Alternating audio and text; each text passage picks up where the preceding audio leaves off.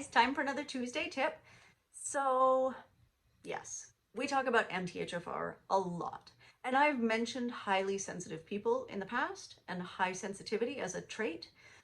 It's something that I am in my life, right? Like I am a highly sensitive person. And it's something that there's a lot of stigmas around it and there's a lot of preconceived ideas. But it also has a really strong genetic link. So with MTHFR, we do have a higher tendency to be highly sensitive, but if you have MTHFR combined with COMT, especially COMT slow, where you have those high levels of neurotransmitters, then you're much more likely to be highly sensitive. Also with MAOA slow, right? So if you have any of those in combination, like MTHFR, COMT slow, MAOA slow, you're much more likely to see that high sensitivity picture emerging because those neurotransmitters are staying so high all the time that what you're doing is trying to control and regulate stimulus, right? So sensitivity to noise, oh yeah, because there's a lot of noise and it increases that mental sort of stimulation, which is what your brain does not want.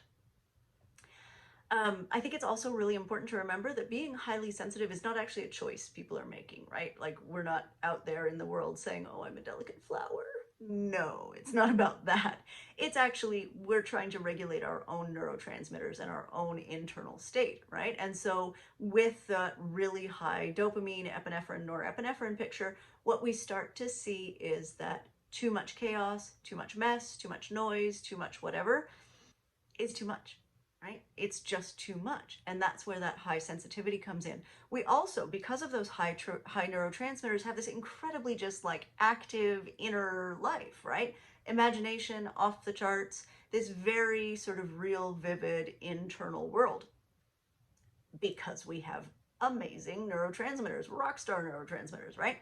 So when you're thinking about something like high sensitivity, it's not always a choice.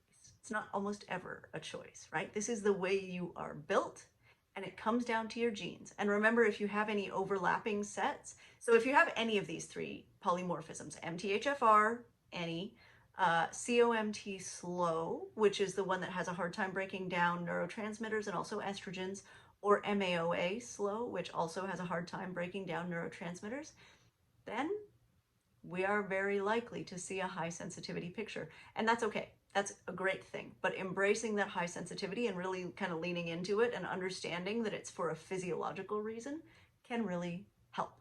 So, Tuesday tips.